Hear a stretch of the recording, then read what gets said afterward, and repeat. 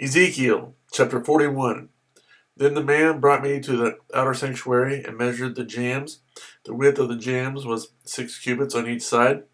The entrance was 10 cubits wide, and the projecting walls on each side of it were 5 cubits wide.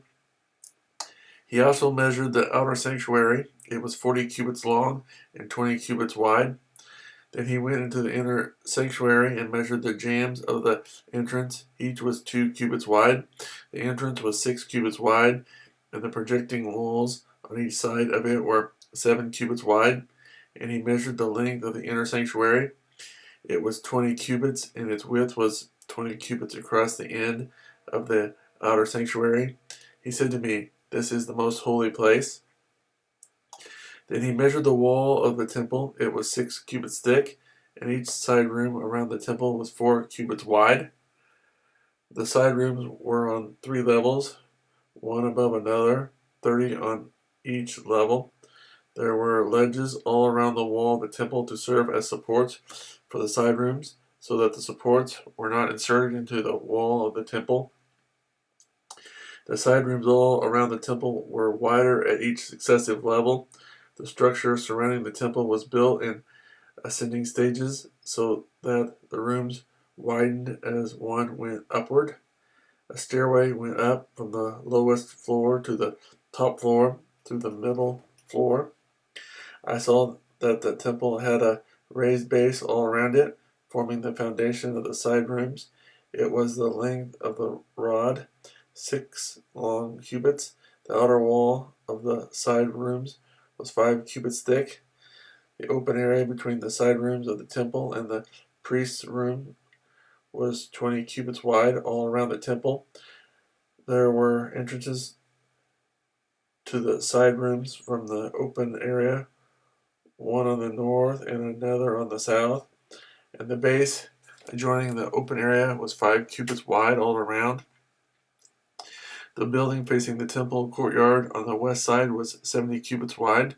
The wall of the building was 5 cubits thick all around, and its length was 90 cubits. Then he measured the temple. It was 100 cubits long, and the temple courtyard and the building with its walls were also 100 cubits long. The width of the temple courtyard on the east, including the front of the temple, was 100 cubits. Then he measured the length of the building facing the courtyard at the rear of the temple, including its galleries on each side. It was 100 cubits. The outer sanctuary, the inner sanctuary, and the portico facing the court, as well as the thresholds and the narrow windows and galleries around the 3 of them, everything beyond and including the threshold, was covered with wood. The floor, the wall, up to the windows, and the windows were covered.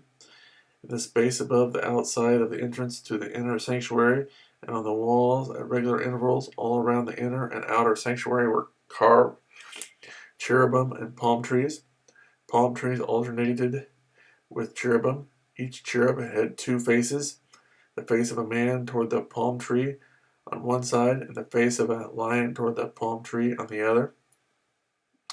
They were carved all around the whole temple, from the floor to the area above the entrance.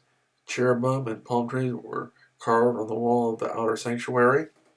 The outer sanctuary had a rectangular door frame, and the one at the front of the most holy place was similar. There was a wooden altar 3 cubits high and 2 cubits square. Its corner, its base, and its sides were of wood. The man said to me, "This is the table that is before the Lord." Both the outer sanctuary and the most holy place had double doors. Each door had 2 leaves, 2 hinged leaves for each door, and on the doors of the outer sanctuary were carved cherubim and palm trees like those carved on the walls, and there was a wooden overhang on the front of the portico. On the side walls of the portico were narrow windows with palm trees carved on each side. The side rooms of the temple also had overhangs.